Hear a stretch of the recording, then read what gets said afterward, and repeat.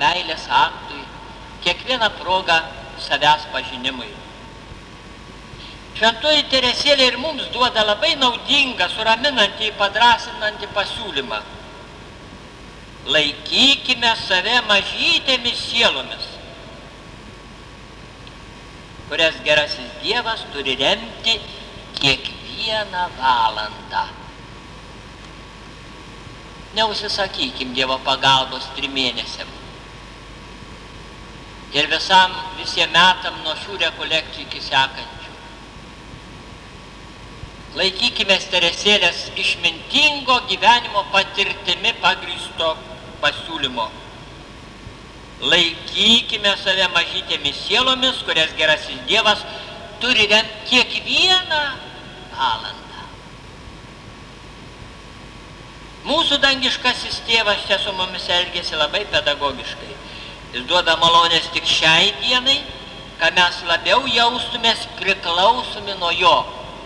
Jeigu jis duotų mums malonių, kad mes nieko neprašydami galėtume mėnesį ar 2 gyventi ir eiti pirmin, užmirštume, iš kur ateina jėga daryti gerą. Mes išpuiktume, paktume. Jis nori, kad mes kasdien jaustume jo malonės reikalingumą. Jaustume reikalą nuolat su kūdikišku paprastumu bėgti prie jo ir kasdien daugybę kartų keltume pasitikinti žvilgsnį į jį, prašydami Jėzaus išmokytos maldos žodžiais: Tėve, kasdienės duonos duok man, duok mums šiandien.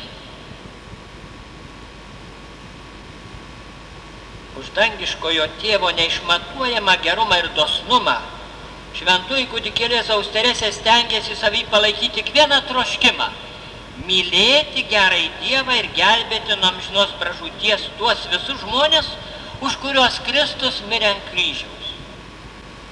Vėliau įrašė: meilė liepsnojančiai dieviškai širdžiai aš pavedžiau viską, užtat aš bėgu lengvai.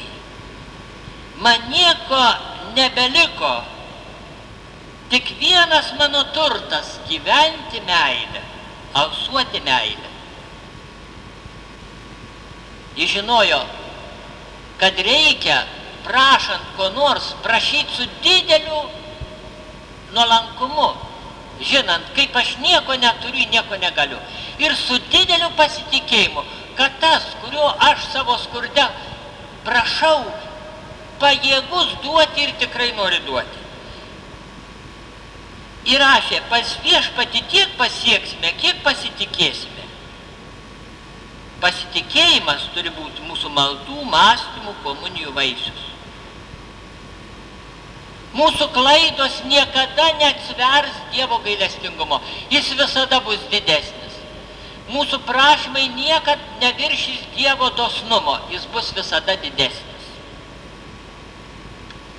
Aklas pasitikėjimas Dievo visagalybė ir meilė gailestingumu turi būti išmelstas, išmaldautas. Juo silpnesnės esame, tuo arčiau Dievo pagalba, jeigu tik jos nuolat prašome. Dievui garbę teikiam dideliu, stipriu pasitikėjimu. Jis mane pasitiko, kai buvau nuodėmėse. Nepleis dabar, jeigu ras gerą valią. Turiu dar daugiau pasitikėjimo turėti, nežiūrint savo klaidų. Visuose reikaluose, visuose net beviltiškiausių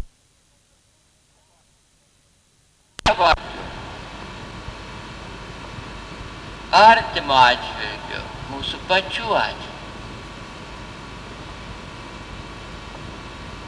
Jėzaus gyvenimas ir jo pamokymai ir jo evangelija yra ta mokykla, kurioje mes turime mokytis tikro krikščioniško vienuoliško gyvenimo meno. Jėzus pamokė savo pavyzdžių ir savo žodžiais, kokių dorybių mes labiausiai turime siekti. Kas yra dorybių pagrindas? Kas yra dorybingo gyvenimo viršūnė?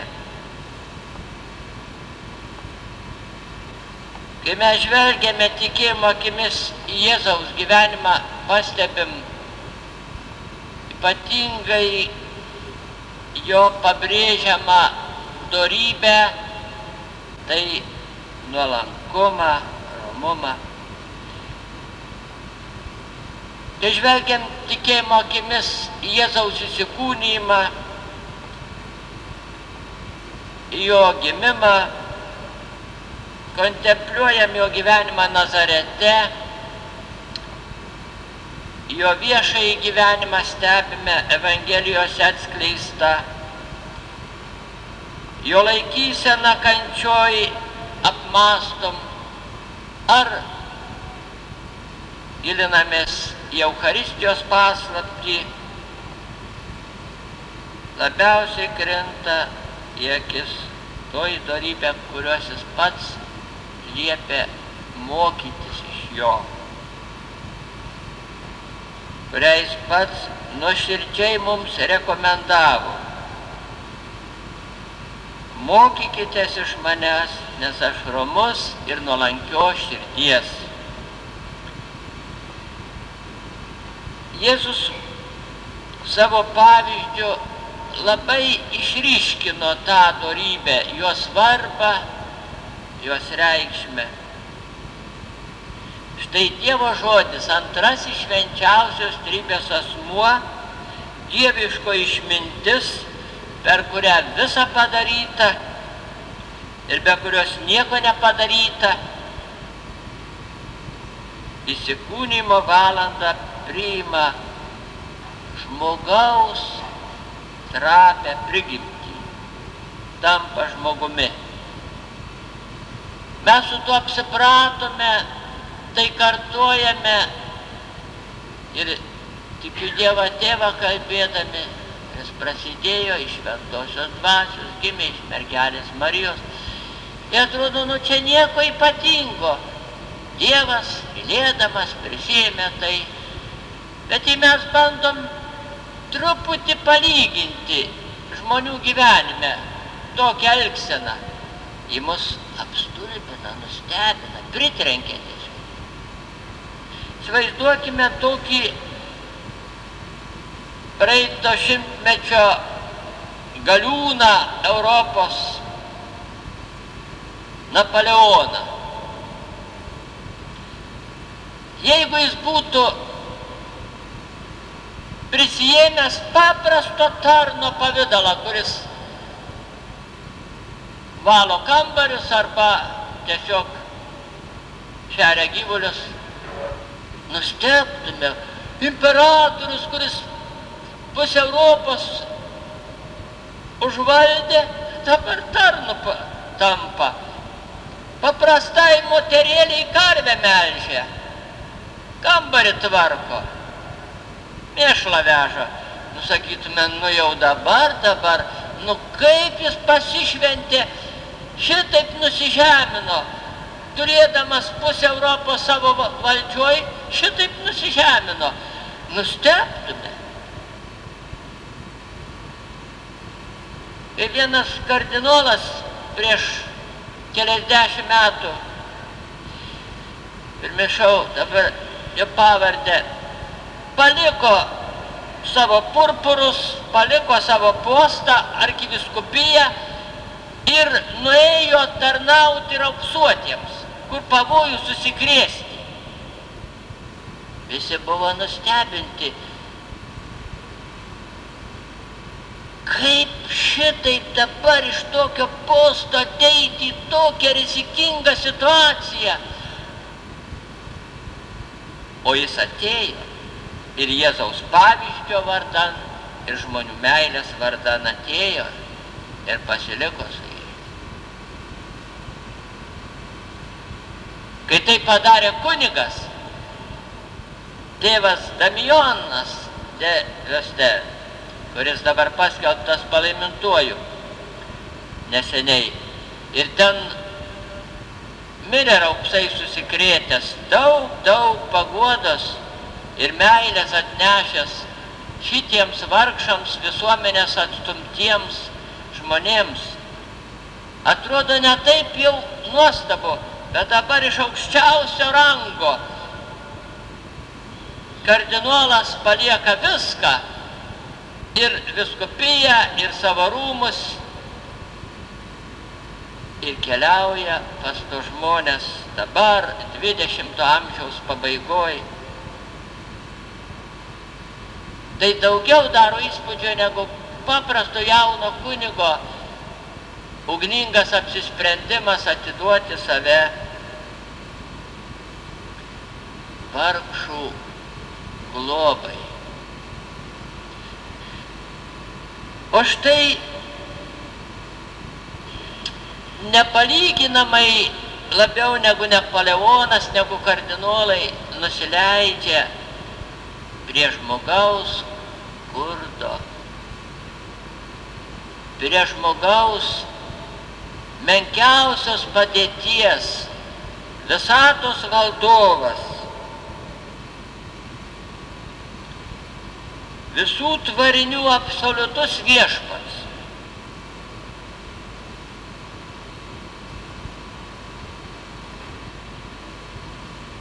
Žmogaus trapios prigimties šešėliu pridengė savo dievystę.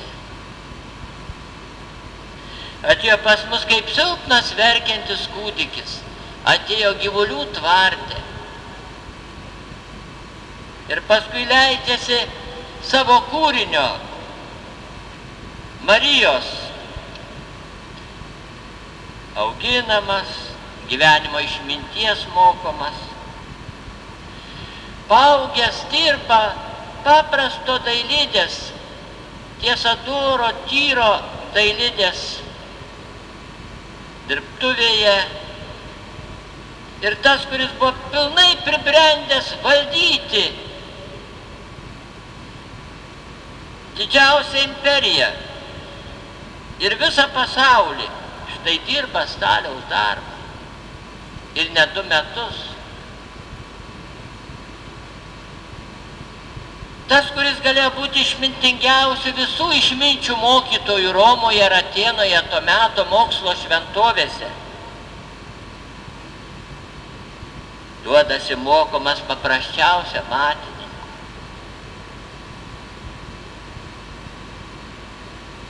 Tas, kuris galėjo atidengti visas gamtos paslaptis ir tapti žavesiu viso to metinio pasaulio, o paskui ir viso pasaulio visų laikų mokslininkų.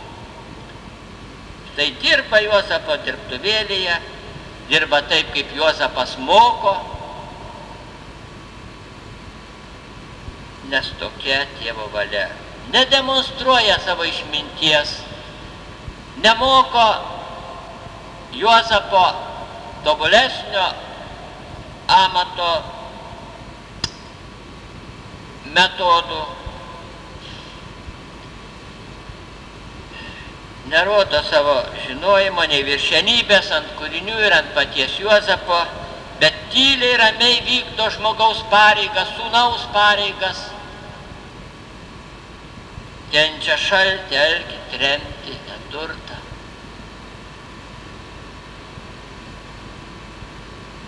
Kaip nusižeminęs. Ir tai 30 metų tokioj būklėj. Ir paskui išeina į viešą gyvenimą, jau gali spinduliuoti didžiausiai išmintimi, visus traukti savo dievišką visagalybę, glubdyti visus ant kelių, kaip kadaise vieną tik momentą suklupdė, vienu savo žodžiu, kaip prie jo prisiartino kareiviai suimti, paklausė, ko ieškote? Jėzaus Nazareno. Aš esu. Ir ta žodis aš esu čia pat pertrenkė ant žemės visą kareivių būrį. Vieną akimirką. Ir tai porą kartų pakartojo, kad visas pasaulis nepamirštų, kad jis savanoriškai atsidavė mirčiai, nes tokia buvo Tėvo valia. Niekada nedemonstravo tos galybės. O jeigu darė stebuklus, kad paliudyti, kad jis yra tėvo siųstas, taip pat visą tai priskyrė tėvui. Visą savo mokslą priskyrė tėvui, sakė, aš iš jo viską gavau ir jums duodu. Ir paskutinės vakarienės metu štai tas dieviškasis mokytas lenkėsi prie kiekvieno savo mokinio kojų, net prie savo išdaviko kojų, jas plauna. Kai dabar vyskupas pasilenkia 12 vargšų nuplauti kojas, jie būna paruošti, liepia patiems nusiplauti, gražias kojines susimauti, kiti jau ten jam padeda, ten reikia pasilenkti beveik prie kvepiančių kojų. Į tai, vyskupas plauna kojas, kai Vilniaus arkivyskupas jas plauna, visi gūšia pečiais, kam čia prie tų vargšų artintis arkivyskupai tepti rankas. Taip, mes per daug jau taip pažiūrime, sakant, pro tam tikrus puikybės sakinius, o štai viešpats ateina tarnauti, kad pamokytų mus, kaip mes turime vienas kitam padėti. Kančios metu Jėzus apšaukiamas piktadariu, niekšų, suvedžiotų, ir jis nesiteisina. Galėjo išvengti, galėjo užčiaupti burną, galėjo suniekinti tuos, kurie bandė jam primesti kaltę. O jis štai leidžia, kad priešai darytų tai, ką jie nori, nes jų valanda, tamsybės valanda, ir tėvas tai leidžia,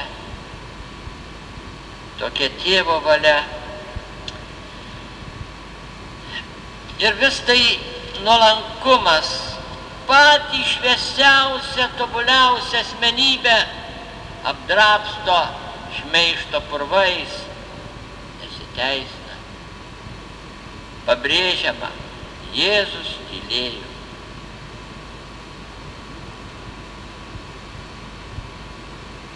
Ir ne tik Jėzus savo pavyzdžiu liudijo apie nuolankumą, apie pažeminimo meilę, bet ir savo pamokymuose daugiausia pabrėžė nuolankumo reikšmę. Bet pasaulis paskendęs puikybės tvaike gali atgauti blaivumą tik per nuolankumo dvasią. Jėzus pabrėžia savo pamokymuose, kad žmogaus tikroji didybė yra tiesiog proporcinga jo santykių tobulumui su Dievu.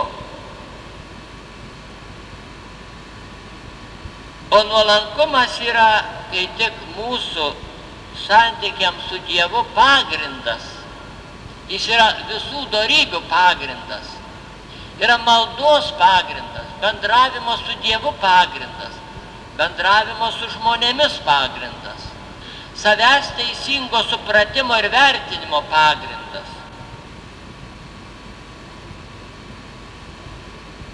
Iš visų ydų giliausiai žmogaus vidų yra suleidusi šaknis puikybė ir jie apėmus yra dvasiškių luomą, kunigus, vienuolius, vienuolės.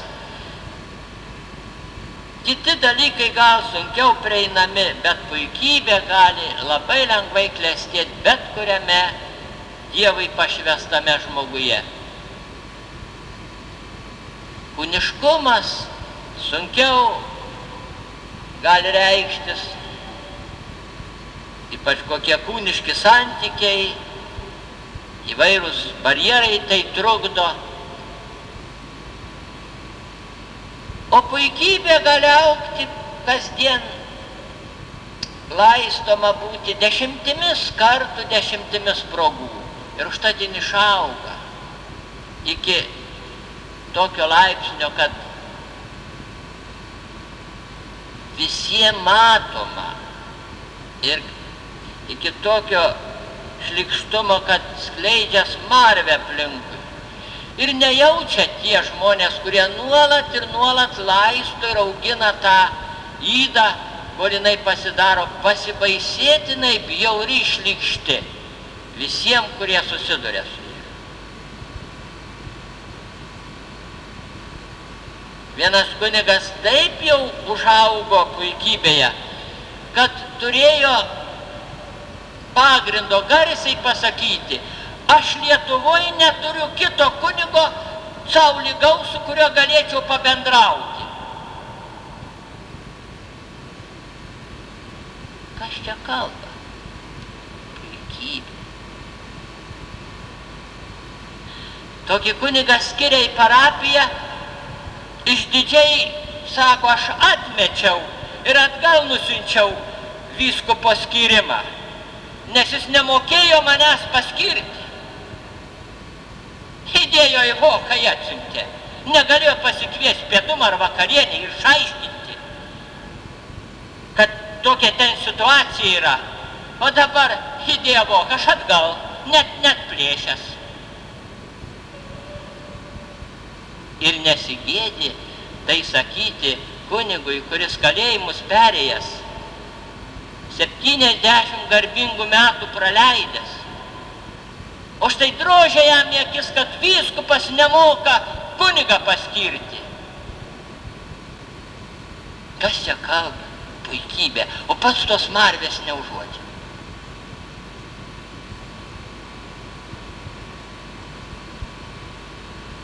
O taip žmogus iš Dievo gavęs talentus, taip jais save glosto, didžiuojasi, pučiasi iki tokio laipsnio, kad paskui nėra jau tarp 600 kunigų, jau nebėra jam lygaus.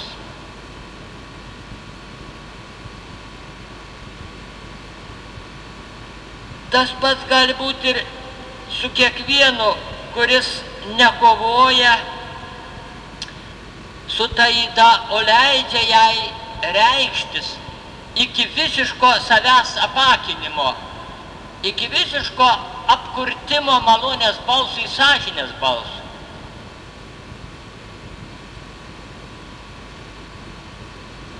Tokie žmonės paskui nejunta, ką jie sako, ką jie daro. Tiek į save įsimylėję, tiek save dievina, kad jau Dievas mažesnis už jį pasidaro.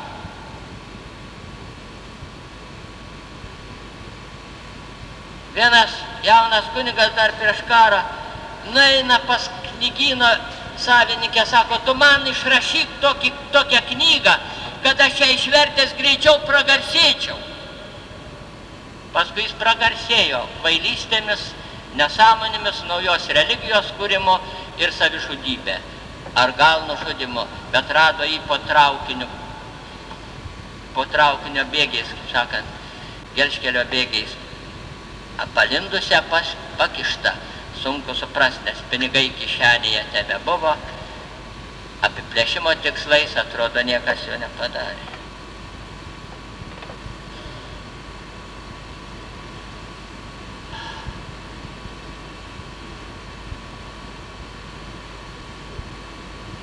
Užtat, kai šitą žmogaus vidų leidžiančią šaknis vis gilyn puikybę žmogus toleruoja savyje, palaiko, tai padaro, kad žmogus nemato tiesos, nepažįsta tiesos, nei apie save teisingai nepajėgia mąstyti, nei apie Dievą, nei apie žmonės.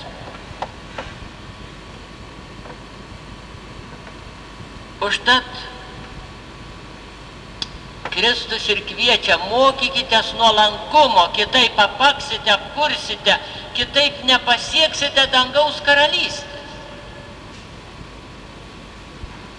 Užtat mums mokytis nuolankumo iš Kristaus, jo Evangelijos, jo pavyzdžio labai ir labai reikia.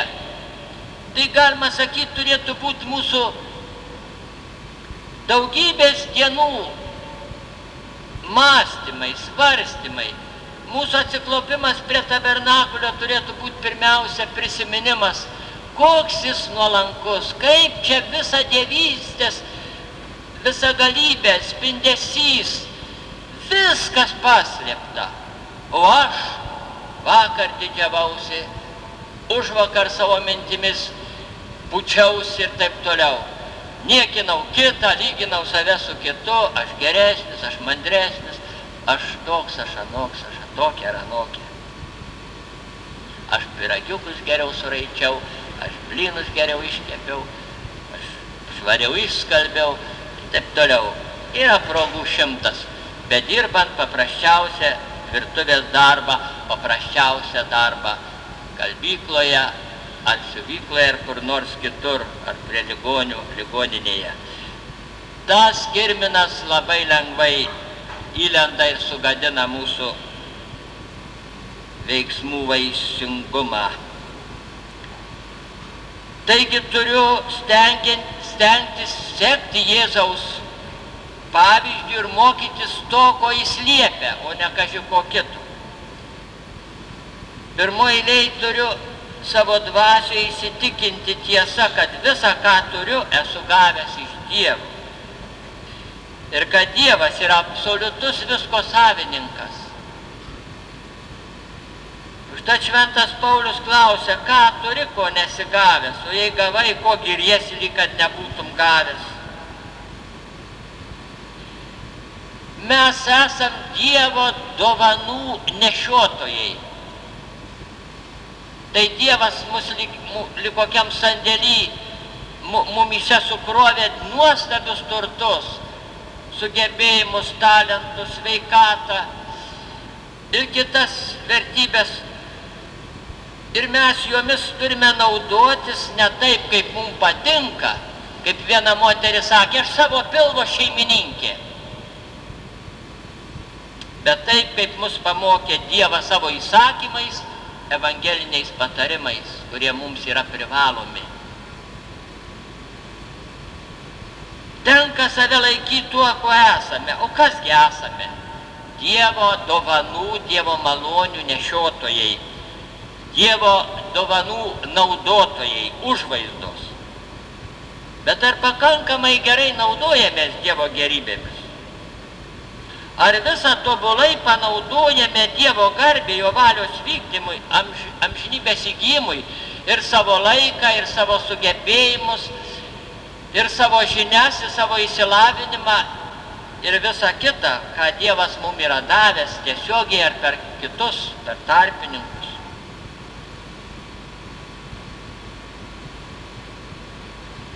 Ar mes galime didžiuotis prieš kitus? Negalime, o ką mes darom? Jau nuo vaikystės dienų tėvai tą vaiko puikybę ugdo patys to gal nejausdami. Čia per atlaidus vakare sukviečiu savo talkininkus, patarnautojus. Ir štai vyksta dialogas toks, varpininkės anūkas zakristijoną anūkui sako, aš už tave mandresnis. Mes visi nuščium, kas čia per pokalbis, kaip čia, už ką čia mandresnis. O pasirodo močiutė, čilbė, tu už Ričarduką mandresnis, tu greičiau išmokai poterius, tu eilėraštį greičiau. O tas zakristijono anūkas, girtuoklio sūnus, į niekieno neglobojama, žinoma, ne taip lengvai viską įsisavina. Ir į vaikelis žiūri, kad nieks jo nepaglosto, niekas jo, kaip sakant, uodegėlės nepakelia, tai jis pats, aš už tave mandresnis. Ir aišku, jis tada visą laiką didžiuosis bet kuriuo gabumu, nes kažkas jam tai padeda šitai pūstis. O mes irgi pasižiūrime į kitą, aha, aš geresnis, aš doresnis, aš darbštesnis, aš gabesnis. Bet kieno dovanom aš giriuosi, kieno plunksnom aš puošiuosi, Dievo. Ar aš turiu teisę nors vieną žmogų laikyti menkesnių save? Savimeilė, puikybė ir tuštybė ne kartą man pasako, aš už kitus geresnis. Bet aš tada meluoju. Jeigu Dievas tas dovanas būtų davęs šitam žmogui, kurį aš laikau menkesniu, ar jis nebūtų pralenkęs? Dažniausiai turbūt būtų pralenkęs. Kodėl aš tada galiu sakyti, Dievas man davė visą tai, užtat aš galiu niekinti jį? Šitaip jokių būdų negali. Jeigu Dievas man davė, aš turiu žiūrėti, kad atsakingai naudočiau tom dovanom ir daryčiau sąžinę sąskaitą Dievo akivaizdoje, o nesakyčiau, jis už mane menkesnis, nes aš turiu daugiau. Daugiau talentų, daugiau išlavintas esu, geresnę aplinką turėjau, užtat aš dabar geresnis. Bet jeigu iš manęs būtų visą tai atimta, neduota, ar tikrai aš būčiau už jį geresnis? O jeigu jam ar jai būtų visą tai duota, ką aš gavau per šeimą, per išsilavinimą, per gabumus, ar jis nebūtų didesnis?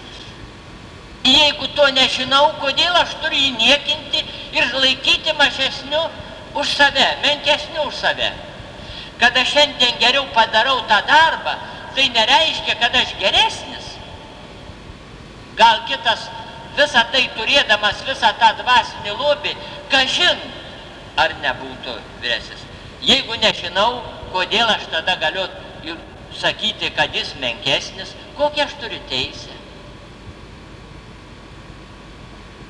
Kai mes pastebime žmonės, ką jie gauna iš Dievo, kaip nedaug ir kaip daug atiduoda, tai mus pritrenkia savaitėms. Kai aš vieną vyrą sutikau, kuris retai eina į bažnyčią, bet turėjo gerą tėvą, labai darbštų. Ir kai jis papasakojo savo biografiją, kiek jis pakėlė, kaip jis mokėjo atleisti savo žmonai, kuri jį pametė, kaip jis mokėjo kančioj nepalūžti, su kokia tvirta valia viską nugalėjo. Aš visą mėnesį negalėjau atsipeikėti.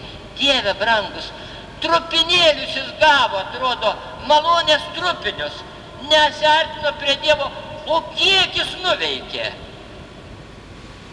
O aš nuo vaikystės dienų apsuptas malonėmis, dovanom, prigimtinėm antgamtinėm, gera šeima, gražiu auklėjimu, Marijos tiesiog, sakytume, glėbyje būdamas, Marijos šventą akmenį apsireiškimo bučiuodamas eilę metų, ką aš daviau Dievo garbei už visas tas dovanas. Už tai žmogus su trupiniais beveik šventas. Ir kaip galiu sakyti, jis menkas žmogus, jis nėjo į bažnyčią, jis toks anoks, va aš tai prašau. Tiek kartų Marijos akmenį bučiavęs. Dievas sulygintų, kaip jis panaudojo malonės trupinius ir kaip aš išvaiščiau malonių daugybę. Tai sakytume, lyščiau žemę kiaurą, jeigu jim būtų minkštesnė. Iš gėdos, iš skausmo, kad aš neišnaudojau Dievo dovanų kaip reikiant. Ir aš švaiščiau lengvabūdiškai, kaip tas vaikas, kuris gausų stalą turi, mėto duoną su duonas, kaip sakant, gniužtėmis mėtosi į savo brolį. O kitas alkanas surenka trupinėlius.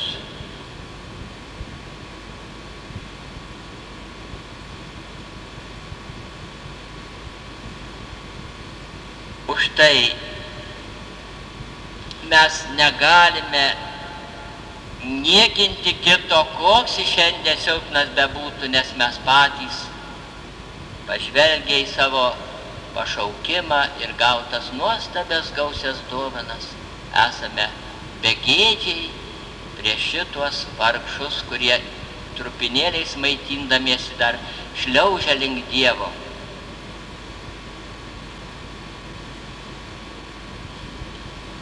Taip pat turiu atsiminti, kad užimamos pareigos nedaro manęs verto šio to. Ar būsiu kunigas, ar vyskupas, ar kardinolas, ar koks ministras, ar prezidentas. Vertą žmogų daro pagarbos tai pareigų atlikimo kokybė. Tobulai savo pareigas atliekanti ligoninės slaugė yra vertesnė Dievo akyse už gydytoją, kuris nerūpestingai dirba savo darbą.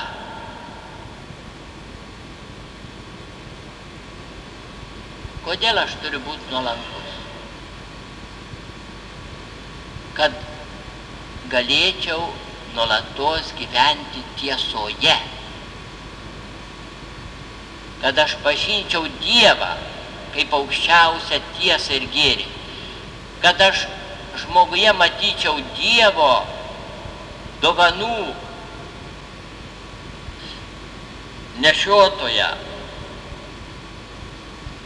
ir save matyčiau kaip Dievo kūrinį, visame nuo Dievo priklausoma. Tam reikia nuolankumo, kad gyvenčiau tiesoje, kitaip puikybę pakina ir suklaidina. Kodėl aš turiu būti nuolankus? Kad Dievui visada atiduočiau tai, kas jam priklauso ir neapvogčiau jam priklausomos garbės, didžiuodamasis, tarsi aš pats būčiau viską nuveikęs, o ne Dievas manyje. Turiu būti nuolankus, kad gaučiau Dievo pagalbos, nes tik maži gauna, nes jie prašo.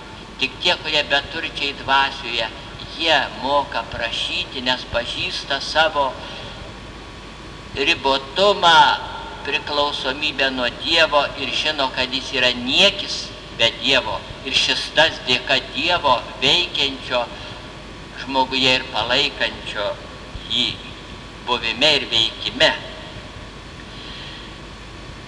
Aš turiu stengtis būti nuolankus, kad galėčiau augti, stiprėti neturto, skaistybės ir klusnumo dorybėse.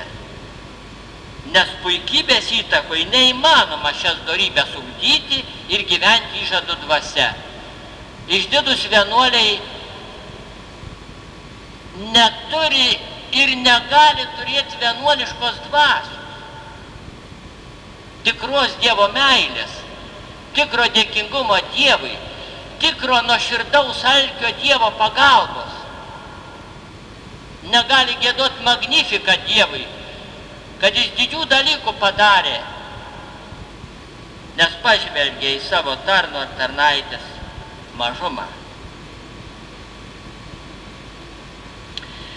Aš turiu stengtis būti nuolankus, kad atitaisyčiau klaidas ir išugdyčiau tvirtas dorybės, nes be nuolankumo dorybės yra popieriniai pinigai, netikri pinigai. Nes kokią dorybę beugdytų jums pūstis, va aš skaistesnis, va aš darbštesnis, va aš pamaldesnis. Ir puikybė viską sugraužia, gražiausius dorybių vaisius niekais paverčia. Aš turiu siekti nuolankumo, kad būčiau panašus į Jėzų, nes jis davė nuostabiausią šios dorybės pavyzdį ir tebeduoda į Eucharistijoje, kurį randu giliausiai nusižeminusi. Mes išpuikę, pasipūtę, jautrus dėl kiekvieno pažeminimo, žiūrime į tabernakulį, kuris yra pilnas Jėzaus nuolankumo ir to tyloje paskendęs, tarp nuodėmingų žmonių gyvenantis, dievystės spindės ir visagalybę giliausiai paslėpęs Jėzus savaime sako mums įspūdingą pamokslą. Mokykitės iš manęs, nes aš romus, nuolankios širdies. Nesididžiuoju nei savo darbu, nei savo meilę žmonėms, nei savo dievystės galybę. Ir tas jo pamokslas smerkia mūsų paiką ir juokingą putlumą, tuštybę ir gailisi dėl mūsų nusiminimo, kai gaunam pastabą, pažeminimą ar neįvertinimą, kai nepasiseka mums sublizgėti. Koks didelis skirtumas tarp karaliaus Eucharistijoje ir mūsų, kurie savo kilme esam niekis ir nuodėmė. Ir tik šis tas dėka Dievo, kuris mus pašaukė iš nebūties į buvimą, palaiko buvime ir pripildė įvairiom gerybėm, apdovanojo pašaukimu būti arčiau jo, sekti jo pavyzdžiu. Tik jo dėka esu, kas esu. Ir todėl mūsų susitikimas su Eucharistiniu Jėzumi ne tik yra nuolankumo pamoka, bet ir kartu proga maldauti nuolankumo. Viešpatie, padaryk mano širdį panašiai į savo Jėzau, romus nuolankios širdies. Padaryk mano širdį panašiai į savo. Kai ateisi į mane, kai susijungs mano širdis su tavaja, pakeisk ją, viešpatie. Tai nuoširdžiausias prašymas, kuris turi skambėti kiekvieno kartą, kai mes dvasinę ar sakramentinę komuniją priimam. Kaip aš turiu ugdyti nuolankumą? Pirmiausia, turi būti nuolanku savo mintyse. Būti įsitikinęs, visą, ką turiu iš Dievo. Turiu būti abejingas kitų nuomonei, sprendimui apie mane, neišdidžiai paniekinti, kas man jo nuomonė, aš apie save turiu pakankamai gerą nuomonę. Bet mes turim būti abejingi, ar mus veikia ar giria. Vienodai reiškia, Dievas yra mūsų teisėjas ir mes žinom, jeigu mane giria, tai tik už dovanas, kurias Dievas man suteikė. Ir aš turiu taip pat adresą perrašyti ir persiųsti Dievui. Ne man, viešpatie, ne man, bet tau tebūnie garbė. Taip psalmistas skelbė. Aš turiu ugdyti nuolankumą, stengdamasis nenuliūsti dėl pažeminimų, pajuokos, pastabų, net šmeižtų ir nevaikščiot patempęs lūpą, kad kažkas man truputį aštriau pasakė, aštresniu tonu pasakė, ar neižvelgė pilnai tiesos ir truputį daugiau papeikė, negu buvau vertas.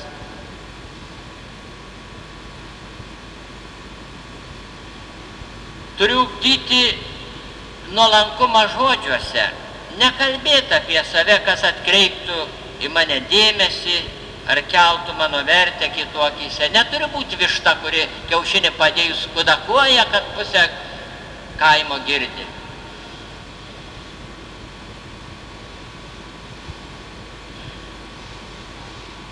Turiu būti nuolankus, stengtis būti nuolankus veiksmuose, kukliu, paprastu, švelniu. Turiu būti nuolankus Dievo atžvilgiu, jį šlovinti, už kaltes nuoširdžiai atgailoti, juo pasitikėti, atsiduoti jam, trokšti vykdyti jo valią.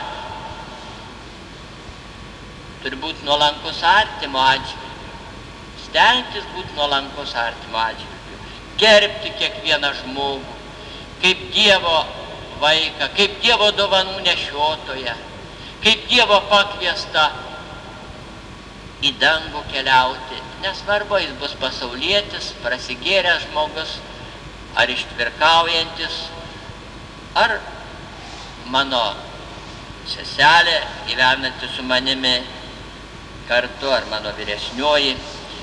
Gerbti žmogų kaip Dievo kūrinį, Dievo dovanų nešiotoje, Dievo pakviestam amžinajam pokyliui, į kurį jis keliauja diena iš dienos ir klupdamas ir keldamasis.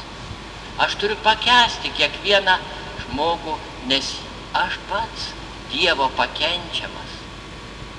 Aš neturiu smaugti savo brolio dėl jo klaidos ir jį niekinti, kai Dievas už jį mirė ant kryžiaus per Jėzų Kristų, kai Jėzus dėl jo yra Eucharistijoje, kai Jėzus ant kryžiaus sakė, trokštų visų išganimo ir šito, kurį bandau paniekinti dėl jo klaidų. Aš turiu stengti užleisti kitam geresnę poziciją. Neapkalbinėti, neteisti. Džiaugtis kito gerais savumais, pasisekimais, laimėjimais. Nelengva, dažnai savimylė trukdo, bet aš turiu stengtis.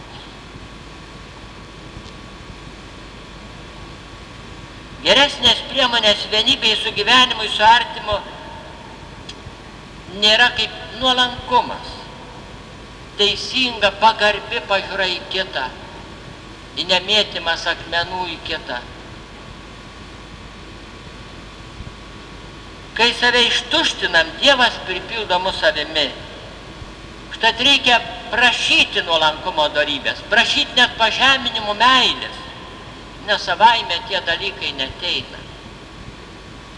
Jeigu vengiam pažeminimų, pergyvenam dėl jų, tai bėgam iš kovos lauko, išduodam progą, prarandam progą mylėti Dievą ir sekti Kristų, kuris dėl mūsų prisiėmė pažeminimus, didžiausius šmeižtus ir neteisybės. Kai mes priimam pažeminimus su kantrybė bent, nes su džiaugsmu jie priimti reikia gerokai padirbėti dešimtmečiais. Bet jei priimam nors ramiai, kantriai, tai priimam Dievo meilę, kuri ateina mus išlaisvinti iš tuštybės, puikybės ir perdėtai geros nuomonės apie save.